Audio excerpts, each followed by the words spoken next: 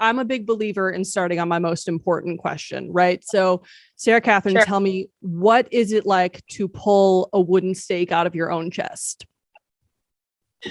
That I'm so glad you asked this question. No one has asked me. And truly, so I tell everyone that the pantry scene altogether was my favorite scene to film by far. Like I don't know. It felt like we spent a year in that pantry for just 12 hours that we were in there, but it felt like I had lived a million different lives. So it's an indelible moment for me. But the steak, specifically pulling the steak out, I just remember, like, first off, I had this weird ooey gooey bloody stuff circular thing that was had half of a steak pressed onto it. Right. So it was like trying to basically be glued on there, sticking straight up. So that was a weird sensation. But what was great about it was that it was actually kind of hard to pull off because it would stick so well to that hole in my chest, that fake hole in my chest. So like it actually, if I was methodical with it enough, then I could like move my body with it as I'm pulling it out. And I remember there was one specific take, which I'm pretty sure they used in the show. After I did it, everyone was like, whoa, like they were like, that was so cool. And I mean, the effects hadn't even been put in there yet. So it already looked amazing. And I was so happy that it turned out the way that it did in the show, because I felt really felt really good about it on the day. So it's always rewarding when it turns out nice as well too. Yeah. How many selfies do you have on your phone then of you just with this like big piece of wood sticking out of your chest? Because like that would be my You'd be first instinct, surprised. right? I actually don't think I have any. Which is really sad. I wasn't the best about taking selfies on set. Like I mean, some days I would force myself to be good about taking pictures, but I feel like there were only a few. I mean, mostly I had selfies of me with my fangs. That was like anytime I had my fangs in, I was selfieing. But yeah, they didn't let me keep it on there for that long, so I never got the chance to have. But hopefully, someone has some sort of paparazzi picture around Yeah, with hopefully my there are some spy hole. photos. Yes. Yes, yes. So Sarah Catherine explained this to me because looking at like what you've done so far, right? Nosferatu and Monsterland, The Conjuring, and now this, what is your deal with monsters? Dude, I don't know. I have no idea. I could have never, ever, ever dreamt this in a million years. Like, if you would have told me I would be in horror movies and be a vampire, like, I would laugh in your face. It doesn't make any sense to me because I like horror. I love vampires, but I never was like, oh, I must be in this type of film and TV show. Which is funny too, because like I don't like screaming and I went to school for singing. So I've always been very protective of my voice. And while I was filming The Conjuring, I was very worried about my vocal cords during that, having to do all that. Any of the stuff that I've done, I've just been like, how did I get here? It doesn't make any sense.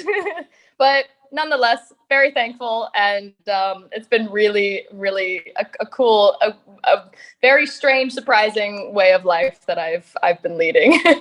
I'm with you though. When I see actors just screaming on screen, I'm always like, oh God, their poor vocal cord. Like for example, Kirsten Dunst in the first Spider-Man movie, that is like an all-time scream performance for me, and she's just ripping her throat to shreds. So I'm like, Ripping. girl.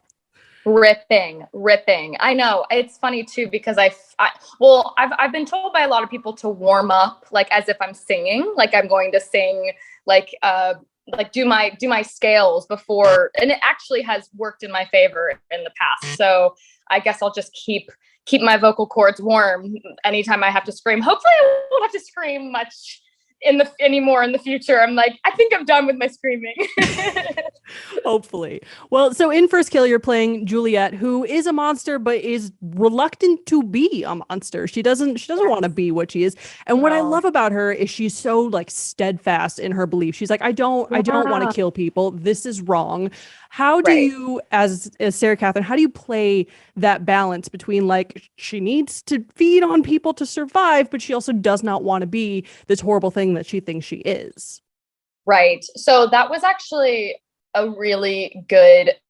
It's funny because as Sarah Catherine, the actor, I struggled with believing that I was a vampire. So it kind of helped that Juliet was having that kind of struggle as well, of like, I'm a monster, I'm not a monster, like convincing herself that she's not. She looks in the mirror, she looks like a regular girl, she doesn't look like a monster. I mean, she fits in with the crowd, but she knows the truth. And that like, I don't know, it was helpful for me to be able to relate to her with that sort of thing, like the inner conflict of having the two go head to head with one another. But yeah, wait, sorry. Now I'm like, wait, what did she ask? Now I feel like I didn't answer the question fully. No, you got there. I was asking how you balanced it, and the answer is that you were just going through the same thing. Exactly. Like every day I wrote in a journal, basically, like as Juliet, I had a Juliet journal writing down, like, I'm a monster, I'm not a monster, I'm a monster, I'm not a monster. Just having this internal battle in her head and her soul, so it was just something that I could play with in that way. But I did try to make her more human than anything else. Like, I don't think that she looks like your typical vampire that you would see in like Twilight or Vampire Diaries even, I feel like that's where it gets confusing for her, because she's like, well, I don't really feel like I fit in with that crowd, but I also don't feel like I fit in with the human. So what am I? We're gonna have to circle back to that Juliet diary there, that Juliet journal. I want to know more about that, but we'll circle back there. Sure, for sure. I love it. I want to know what is like the definitive piece of vampire pop culture for you, right? Because you mentioned there's Vampire Diaries, there's Twilight. Vampires have been in the zeitgeist for forever. And you've got elements of kind of a bunch of different projects, at least in First Kill. So what for you is like, this is it, this is how I see vampires, this is the one? Great question. That's such a good question. I mean, ooh,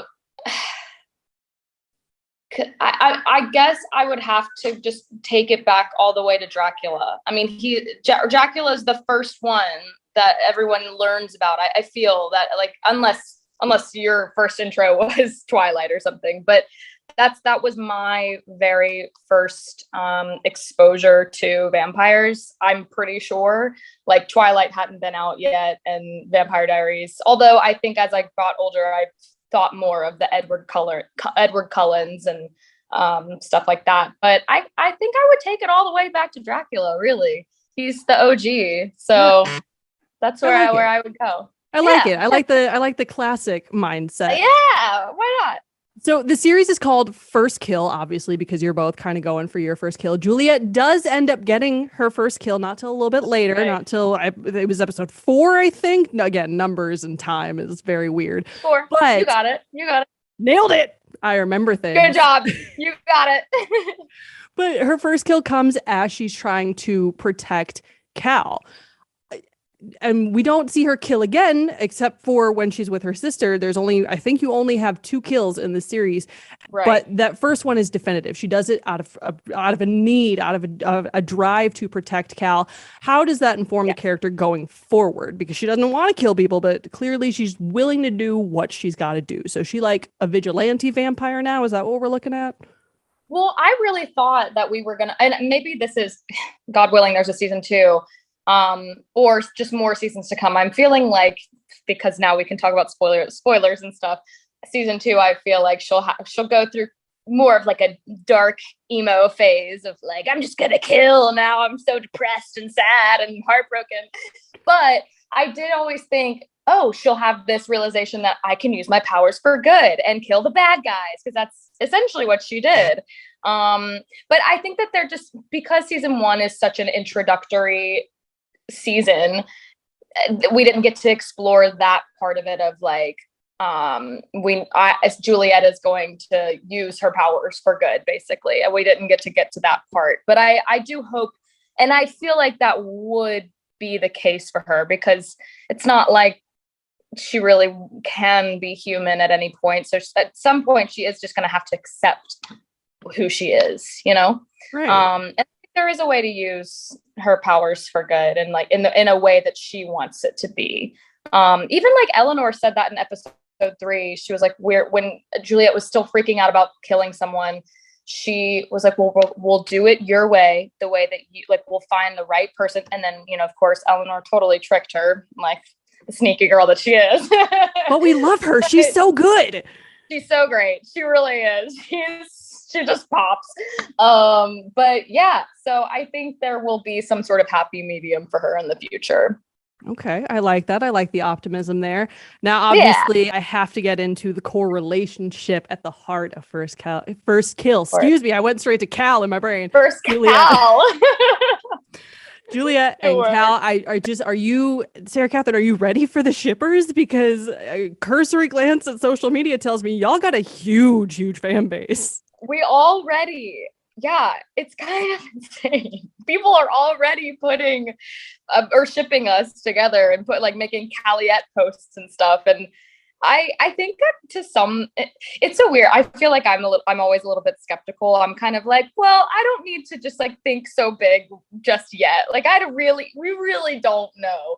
But I think based on how people have already responded, I don't think I'm ready for what is to come. So I just hope that it's mostly positive. You know, I'm sure people will be mean, whatever, but I'm like so excited, honestly. And I've been saying this a lot, but I'm just really excited for people to have this couple and see themselves in these characters. And it's just really special. And it's so special to be a part of.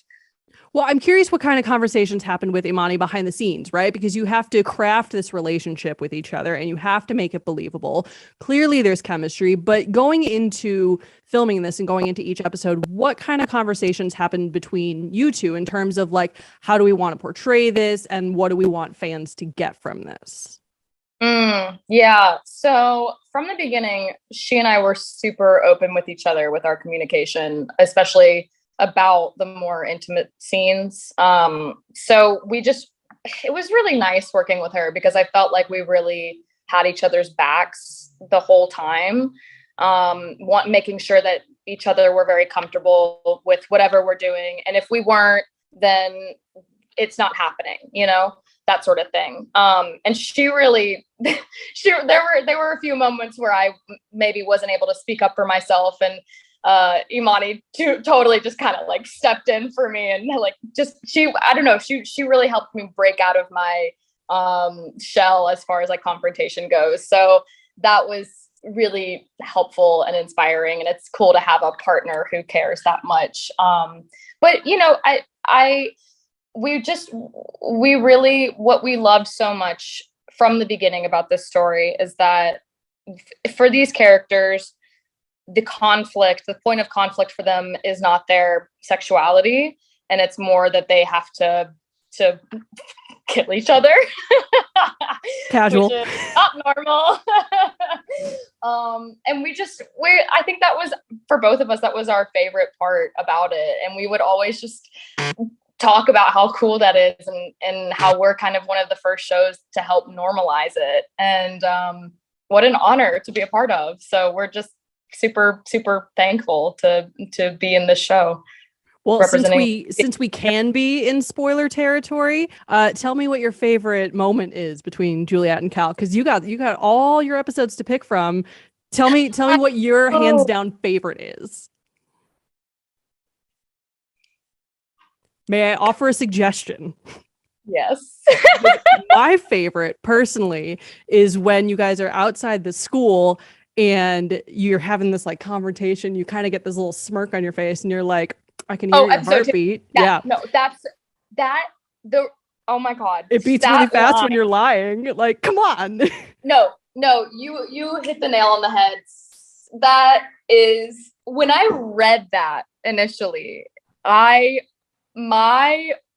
jaw fell to the floor. I was like, Victoria Schwab, I can't handle this. I was like, no, the ladies are gonna freak out. It's too much. But it's so perfect because it's sexy, but it's still kind of wholesome, and it's still pure. And I love that. I'm so glad you said that. That's definitely a favorite. It's so hard to choose, but I've been saying to pretty much everyone, the pantry scene just really was so special to me, and I feel like it was really well done as far as how we did it. I mean, as in on the day that we filmed it, everyone was so professional and communicative, and everyone was down to collaborate and offer up ideas and work at a really diligent pace. Like it was just one of the better experiences I've had in an intimate situation.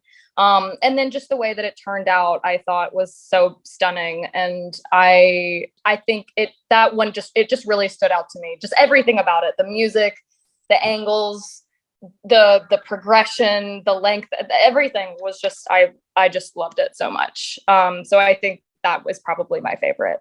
Did they keep snacks in the pantry for you? Because that would have been my number one request, right? Like you're having you said 12-hour day. There were some real food, but you could tell that there was some fake stuff. But we want, and those were real cherries that were dropped. And we fortunately, they feed us very well with the crafty table. So basically everything that was in the pantry was at crafty. It just looked nicer in the pantry.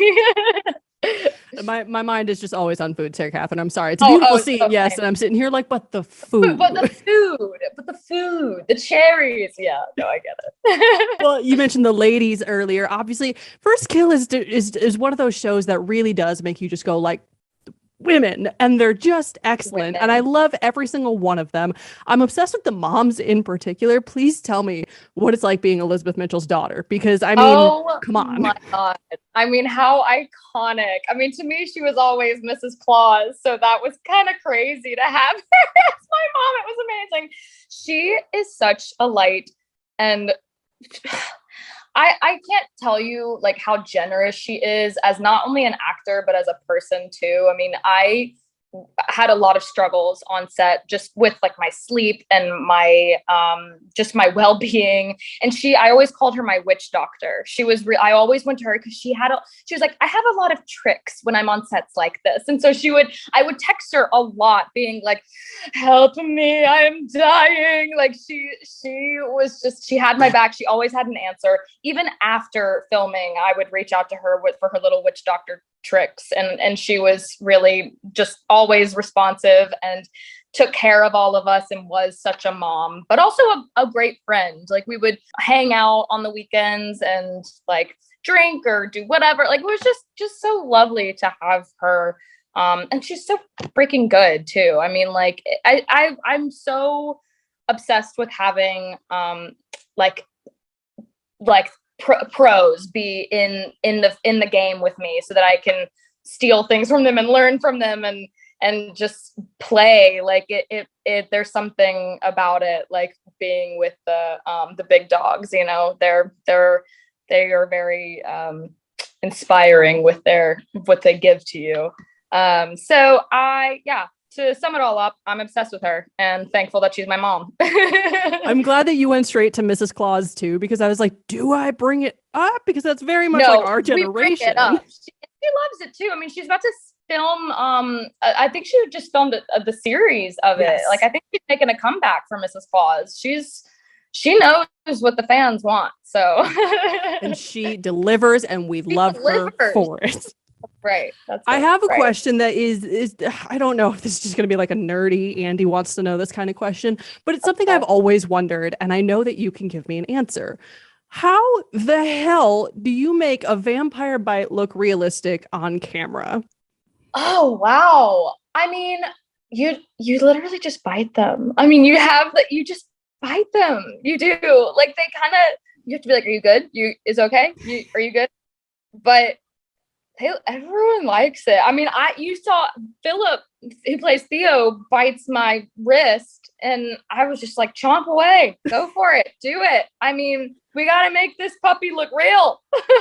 I mean, you do end up with some teeth marks here and there, but like, I mean, with the neck, it's easier to not actually bite. You just kind of like, just open up your mouth really wide, just like put it there. You just sink the teeth. Make sure the camera can get the teeth sinking, and then you cover it, and it's all good. And you know your limits, like once you've done it several times. I've just always imagined there's awkwardness there. And again, that might be just a weird question, but I've always watched these. I'm like, are these people just biting their co-star? Like, that's a really quick way to get close. Straight up. I mean, TV film is weird. I mean, we like a lot of the times we really kind of go all out and do what we have to. Like in the script, it's like bite his neck, bite his wrist, bite. Just you just know you're gonna do it. You're like, there's no getting around this. So everyone seems to enjoy it. I don't know. Let's talk about this ending. Let's talk. Let's get into it because I didn't see it coming. I didn't expect you to be the one to change him. I know.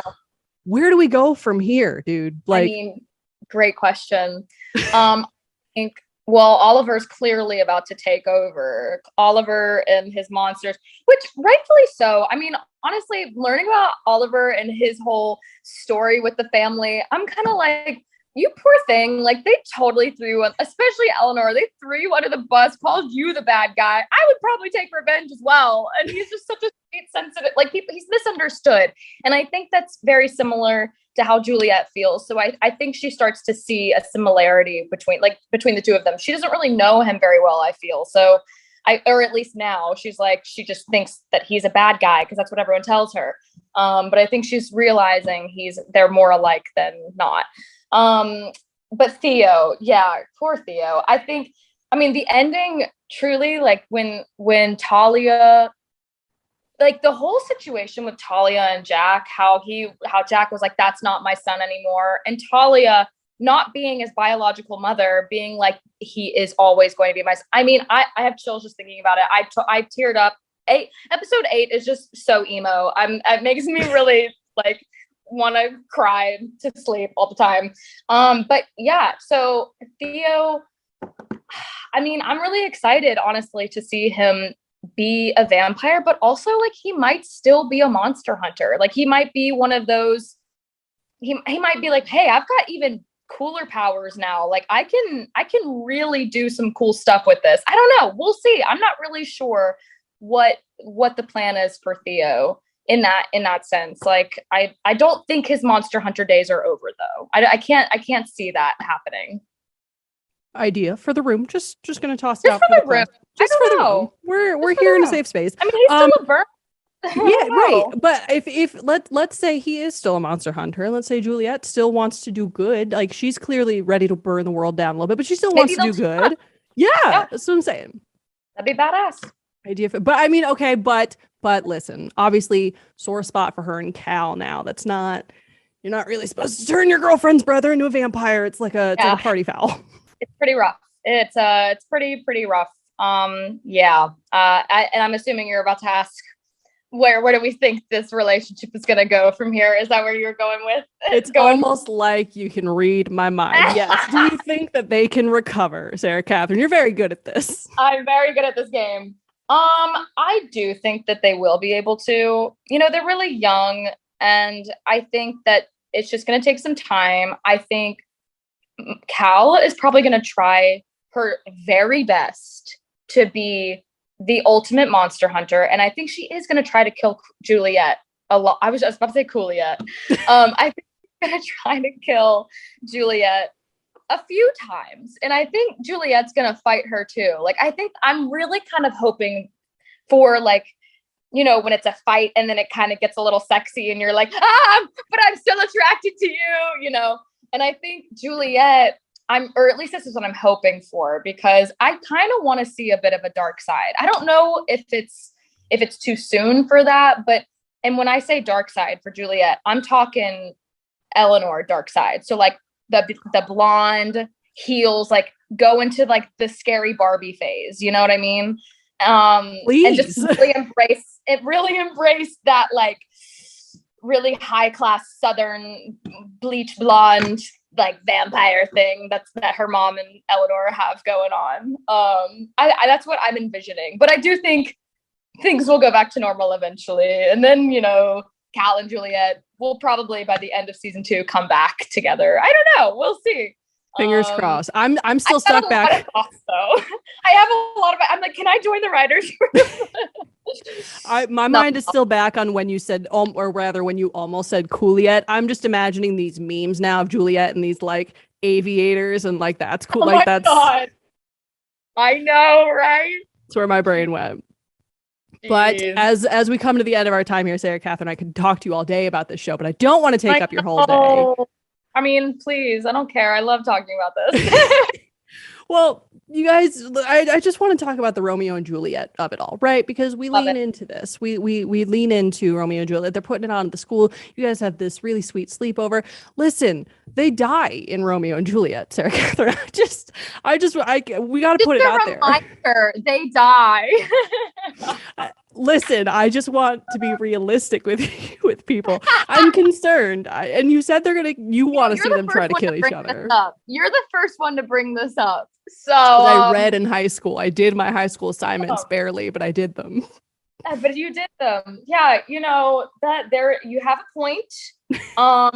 Maybe should this show ever come to an end, I think it's only appropriate that they do die. No, I'm kidding. Let's not make them die.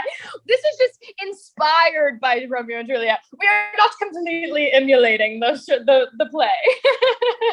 I mean, technically, you did die briefly, right? You got staked. You weren't dead, but like, yeah, for sure. Yeah, and no, it's true. So I technically already fulfilled that prophecy of Romeo and Juliet. I can't believe no one has pointed that out to you. I didn't read much in high school, but I got that one in there. That one stuck. Sarah Catherine, that is all I have for you. Thank you so much for taking the time today. It has been a joy. The problem with burning through these episodes is now I'm sitting here and I'm like, well, it's not even out yet. Can I have some more, please? Or I know. I felt the same way too. It's okay. I'm right there with you. I'm like, where's season 2? Oh, I haven't even filmed it yet, so I can't watch it.